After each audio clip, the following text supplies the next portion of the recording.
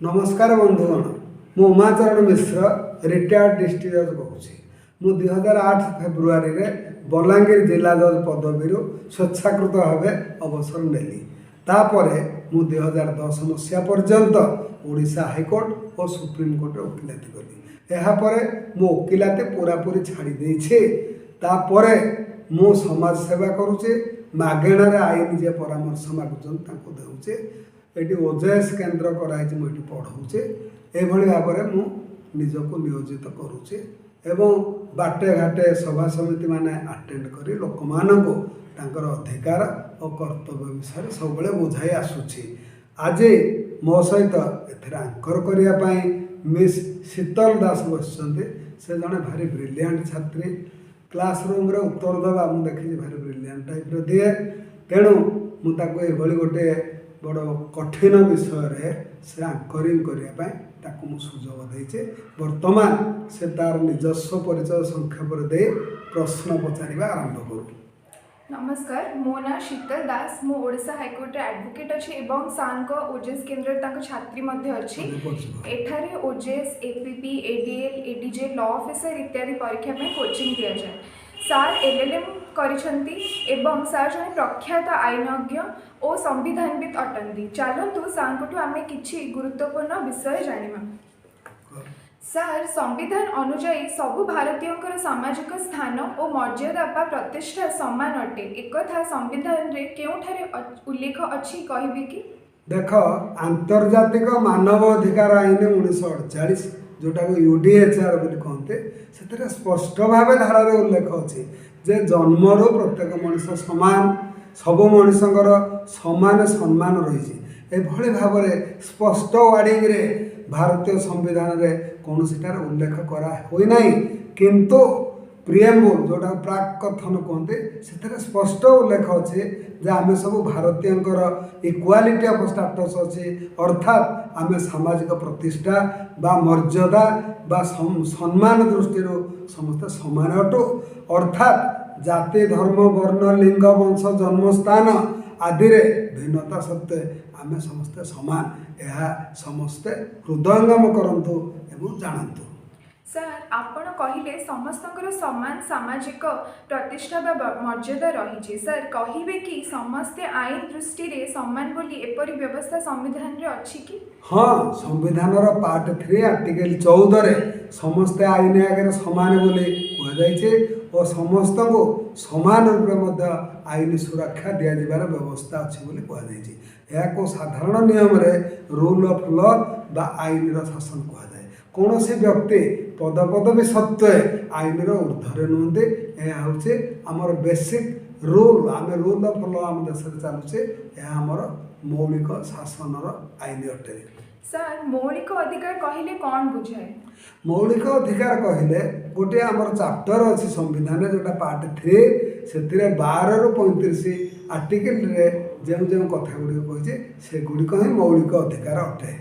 Sir मौलिक अधिकार अथवा फंडामेंटल राइट और आईन संगत अधिकार लीगल राइट मध्य पार्थक्य कौन बुझाई कहबे कि देख मौलिक अधिकार संविधान में कहूबा 12 ରୁ 35 टा मौलिक अधिकार कला या छड़ा लोक मान आईन रे शह शह अधिकार सब रही से गुड़िक अधिकार को आईन संगत अधिकार कह से गुड़िक मौलिक अधिकार कह मौलिक अधिकार केस गुड़िक सीधा हाईकोर्ट और सुप्रीमकोर्ट में हो पार है तार सुविधा जोटा कि आईनगत बा लीगल राइट गुड़िक सीधा हाईकोर्ट बा सुप्रीमकोर्ट रे करी हुए नाही से गुड़िक तल कोर्ट को करी अपील इत्यादि रे हाईकोर्ट बा सुप्रीमकोर्ट जावाक पड़ता है।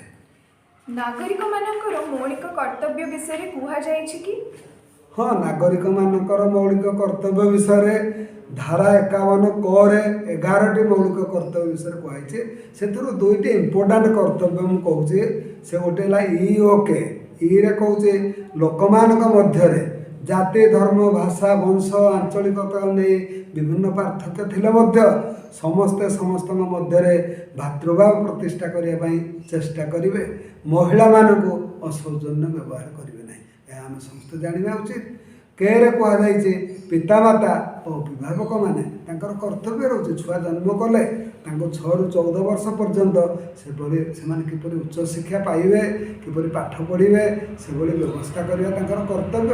ଏହା ହେଉଛି ତାଙ୍କର ମୌଳିକ କର୍ତ୍ତବ୍ୟ। ସାର୍, ଭାରତ ଏକ ଧର୍ମ ନିରପେକ୍ଷ ରାଷ୍ଟ୍ର ଅଟେ। ଏହାର ଅର୍ଥ କ'ଣ? ରାଷ୍ଟ୍ର ଭାରତୀୟମାନଙ୍କର ନିଜସ୍ୱ ଧର୍ମ ଉପରେ ହସ୍ତକ୍ଷେପ କରେ କି? ଦେଖ, ଧର୍ମ ନିରପେକ୍ଷ ଅର୍ଥ ଧର୍ମବିହୀନ ନୁହେଁ। ଫାଷ୍ଟ ମନେ ରଖ, ଧର୍ମ ନିରପେକ୍ଷ ରାଷ୍ଟ୍ର ମାନେ ରାଷ୍ଟ୍ର ତ ଗୋଟେ ଜୀବନ୍ତ ପଦାର୍ଥ ନୁହେଁ। ଏ ଲୋକମାନଙ୍କୁ ନେଇକରି ରାଷ୍ଟ୍ର ଗଠିତ ହେଇଛି। ଲୋକମାନଙ୍କର ଧର୍ମ ଅଛି, ତେଣୁ ଧର୍ମ ନିରପେକ୍ଷ ରାଷ୍ଟ୍ରରେ ବିଭିନ୍ନ ଧର୍ମର ଧର୍ମାବଲମ୍ବୀ ଲୋକମାନେ ରହୁଛନ୍ତି। ଯଦି ରାଷ୍ଟ୍ର ସେଥିରୁ ଗୋଟିଏ ଧର୍ମକୁ ଗ୍ରହଣ କରିବ ତାହେଲେ ଅନ୍ୟ ଧର୍ମାବଲମ୍ବୀ ଲୋକମାନେ ନିଶ୍ଚୟ ହଇରାଣ ହରକତର ସମ୍ମୁଖୀନ ହେବେ। ତେଣୁ ରାଷ୍ଟ୍ର କହୁଛି ଯେ ଆମେ ହେଲୁ ଧର୍ମ ନିରପେକ୍ଷ, ଆମର ରାଷ୍ଟ୍ର ଧର୍ମ ନାହିଁ, ସବୁ ଧର୍ମାବଲମ୍ବୀ ଲୋକମାନେ ଆମ ପାଖରେ ସମାନ, ଆମେ ସମସ୍ତଙ୍କୁ ସମାନ ଦୃଷ୍ଟିରେ ଦେଖିବୁ। ପୁଣି ବ୍ୟକ୍ତିଗତ ଲୋକମାନେ ବ୍ୟକ୍ତିବିଶେଷ ଭାବରେ ତାଙ୍କର ଧର୍ମ ପାଳନ କରିବେ। ସେ ବିଷୟରେ ରାଷ୍ଟ୍ର କହିଲା ଯେ ଆପଣମାନେ ନିଜର ଧର୍ମ ପାଳନ କରିବା ପାଇଁ ସ୍ୱୟଂ ସମ୍ପୂର୍ଣ୍ଣ, ଆପଣଙ୍କୁ କେହି ଏଥିରେ କିଛି ନିରୁତ୍ସାହିତ କରିପାରିବେ ନାହିଁ, ବନ୍ଦ କରିପାରିବେ ନାହିଁ। ଏକଥା ପ୍ରିଏମ୍ବୁଲରେ ମଧ୍ୟ ଲେଖା ଅଛି। ଫେଥ୍ ଆଣ୍ଡ ୱାର୍ସିପ୍, ପ୍ରତ୍ୟେକ ଲୋକ ନିଜର ବିଶ୍ୱାସ ମତେ ଧର୍ମ ଗ୍ରହଣ କରିପାରିବ ଏବଂ ପୂଜା ପାଠ ଆଦି କରିପାରିବ, ସମ୍ବିଧାନରେ ଲେଖିଦେଇଛି। ସେପରି ଧାରା 25ରେ ପୁନର୍ବାର ଉଲ୍ଲେଖ କରିଛି ଯେ ପ୍ରତ୍ୟେକ ମଣିଷ ବିନା ବାଧାରେ ଧର୍ମ ଗ୍ରହଣ କରିବା, ପାଳନ କରିବା ଓ ପ୍ରଚାର କରିବା ଆଦି କାମ କରିପାରେ। ରାଷ୍ଟ୍ର ଏଥିରେ କୌଣସି ହସ୍ତକ୍ଷେପ କରିପାରିବେ ନାହିଁ। ସାର୍, ଆପଣ ୟୁନିଫର୍ମ ସିଭିଲ କୋଡ୍ ବିଷୟରେ କିଛି କହିବେ କି? ଦେଖ, ଧାରା 44ରେ କୁହାଯାଇଛି ଯେ ରାଷ୍ଟ୍ର ଭାରତବର୍ଷରେ ସମାନ ସିଭିଲ କୋଡ୍ ଗୋଟେ କରିବ, ସେଟାକୁ ୟୁନିଫର୍ମ ସିଭିଲ କୋଡ୍ କୁହନ୍ତି। ଏଠାରେ ମୁଁ ଗୋଟେ ବୁଝେଇ ଦେବାକୁ ଚାହେଁ ଯେ ୟୁନିଫର୍ମ ସିଭିଲ କୋଡ୍ ବୁଝିବାକୁ ହେଲେ ପ୍ରଥମେ ଆମେ ଇଣ୍ଡିଆନ୍ ପେନାଲ କୋଡ୍ କଥାଟି ବୁଝିବା। ଇଣ୍ଡିଆନ୍ ପେନାଲ କୋଡ୍ ଗୋଟିଏ ଆଇନ ଅଛି ଯେଉଁଥିରେ 511ଟି ଦଫା ଲେଖା ଅଛି। ଏକ କ୍ରିମିନାଲର ବଡ଼ ଆଇନ ବହି। ସମସ୍ତେ ଭାବୁଛନ୍ତି ଯେ ସେଇଭଳି ସିଭିଲ ମ୍ୟାଟରକୁ ନେଇକି ଗୋଟେ ବଡ଼ କୋଡ୍ ଲେଖାଯାଉ। ବଡ଼ କୋଡ୍ ଲେଖିଲେ ଏଇଟା ସମ୍ଭବ ହେବ ନାହିଁ, କାରଣ ସିଭିଲ ମ୍ୟାଟରଟା ବହୁତ ଲମ୍ବା, ବହୁତ ଗୁରୁତର ଏବଂ ଇଣ୍ଟର ଆକ୍ଟିଂ, ପରସ୍ପର ସହିତ ସମ୍ପର୍କ ରହିଛି। ତାକୁ ନେଇ ଲେଖିବା ଗୋଟେ କଷ୍ଟ ହେଇପାରେ, କିନ୍ତୁ ଗୋଟେ ସମାନ ଆଇନ ସମସ୍ତଙ୍କ ପାଇଁ କରାଯାଇପାରିବ। ଯେମିତିକି ଧର ବାହାଘର ବିଷୟରେ ଆମର ବିଭିନ୍ନ ଆଇନ ଥିଲା। 1954 ମସିହାରେ ଗୋଟେ ସ୍ପେଶାଲ ମ୍ୟାରେଜ ଆକ୍ଟ କଲା, ଏହା ସମସ୍ତ ଭାରତୀୟମାନଙ୍କୁ ଲାଗିଲା। ଏଇଟା ହେଲା ପରେ ପୁଣି ଗୋଟେ ହିନ୍ଦୁ ମ୍ୟାରେଜ ଲ 1955ରେ କରିବା କୌଣସି ଯାଥାର୍ଥ୍ୟ ବା ଔଚିତ୍ୟ ମୋର ମନେ ହୁଏ ନାହିଁ। ସେଇଭଳି ଗୋଟେ ଇଣ୍ଡିଆନ୍ ସକ୍ସେସନ୍ ଆକ୍ଟ 1925 ମସିହାରୁ ଚାଲୁଛି, ସେଥିରେ ଭାରତୀୟମାନେ ଗାଇଡେଡ୍। ପୁଣି ଗୋଟେ ହିନ୍ଦୁ ସକ୍ସେସନ୍ ଆକ୍ଟ 1956 ମସିହା କରିବା, ଏହାର ମାନେ କ'ଣ? ଯଦି ଏଇଭଳି ଭାବରେ ବିଭିନ୍ନ ପ୍ରକାର ଆଇନ ଖଣ୍ଡେ ଖଣ୍ଡେ ତିଆରି କରାଯାଉଛି, ସେତେବେଳେ ଗୋଟେ ୟୁନିଫର୍ମ ସିଭିଲ କୋଡ୍ ହେବା ଉଚିତ ବୋଲି ବସିକରି ଆଲୋଚନା କରିବା ବା ଲୋକମାନେ ଦାବି କରିବା ବା ସରକାରକୁ ଆସୁଥିବା ଲୋକମାନେ ବାରମ୍ବାର ପ୍ରତିଶ୍ରୁତି ଦେବା, ମୁଁ ଭାବୁଛି ସେମାନଙ୍କର ଗୋଟେ କିଛି ଧାରଣା ହିଁ ନାହିଁ ବୋଲି ମୋର ସ୍ୱତନ୍ତ୍ର ଭାବରେ ମୁଁ କହୁଛି। ତେବେ ଯାହା ହେଉ, ଆଉ ଗୋଟେ ଗାର୍ଡ଼ିଆନ୍ସ ଆଣ୍ଡ ୱାର୍ଡସ୍ ଆକ୍ଟ ଗୋଟେ ଅଛି ଯେଉଁଟା ସବୁ ପ୍ରକାର ଜାତିର ଧର୍ମ ପିଲାଙ୍କ ପାଇଁ ଉଦ୍ଦିଷ୍ଟ। ତ ଏଇଟା ହିନ୍ଦୁ ମାଇନରିଟି ଆଣ୍ଡ ଗାର୍ଡ଼ିଆନସିପ୍ ଆକ୍ଟ ଗୋଟେ କରାଗଲା। ଏଇଟା ମୋ ମତରେ ଠିକ୍ ନୁହେଁ। ଦେଖ, ଅନେକ ଆଇନ ଅଛି ଯେଉଁଟା ସବୁ ଜାତି ଧର୍ମର ଲୋକଙ୍କୁ ଲାଗୁଛି। ଯେପରିକି କଣ୍ଟ୍ରାକ୍ଟ ଆକ୍ଟ କୁହ, ପାର୍ଟନରସିପ୍ ଆକ୍ଟ କୁହ, ସେଲ୍ ଅଫ୍ ଗୁଡ୍ସ ଆକ୍ଟ କୁହ, ଟ୍ରାନ୍ସଫର ଅଫ୍ ପ୍ରପର୍ଟି ଆକ୍ଟ କୁହ, ହଜାର ହଜାର ସିଭିଲ ଆଇନ ଅଛି ଯେଉଁଗୁଡ଼ା ସବୁ ଜାତି ଧର୍ମର ଲୋକମାନଙ୍କୁ ଲାଗୁଛି। ଯଦି ସବୁ ଜାତି ଧର୍ମର ଲୋକମାନଙ୍କୁ ଲାଗିପାରୁଛି ତାହେଲେ ଲଟା ଏଭଳି ତିଆରି କର ଗୋଟିଏ ଯେଉଁଟା ସବୁ ଜାତି ଧର୍ମର ଲୋକଙ୍କୁ ଲାଗିବ। ଏ ବିଷୟରେ ମାନ୍ୟବର ସୁପ୍ରିମକୋର୍ଟ କ'ଣ କହିଥିଲେ ଚାଲ ଦେଖିବା। ମାନ୍ୟବର supreme court 1996 AIR 1996 SC page 223ରେ Pannalal versus state of Andhra Pradesh, ଏ ଆଇନଟି ସମସ୍ତେ ମନେ ରଖନ୍ତୁ।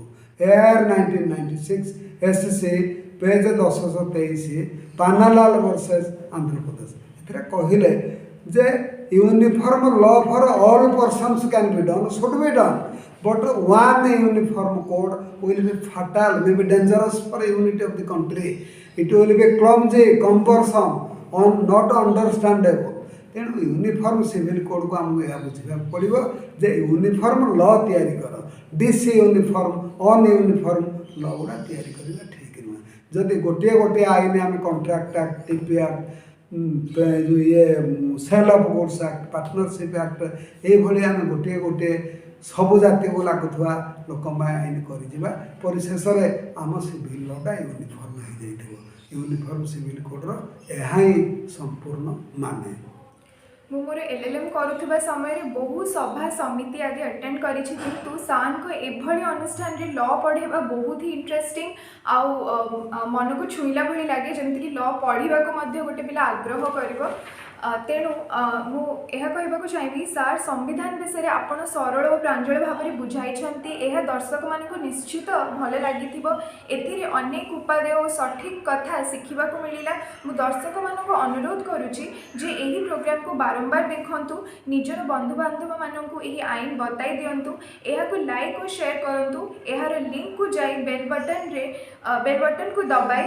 ସବସ୍କ୍ରାଇବ୍ କରିବାକୁ ଅନୁରୋଧ ଧନ୍ୟବାଦ सब्सक्राइब करंतु हमको उत्साहित करंतु तार बारंबार आपण निकट को ये बहुत उपादेय आईन मान आणिमु अनेक लोक संविधान पढ़ी मुझे देखी बहुत लोक को देखी से जो कहला मु बहुत अटेंड करटेंड कर बहुत लोक संस्पर्श आसीचे से गूढ़ ज्ञान जना ना जो गूढ़ तत्व गुड़िक मुझे से गूढ़ ज्ञान जानापी आपण मैंने आमर आसंता भिडियो गुड़िक सब देखापी मु अनुरोध करुचे आशा करे खुशी रे थे धन्यवाद।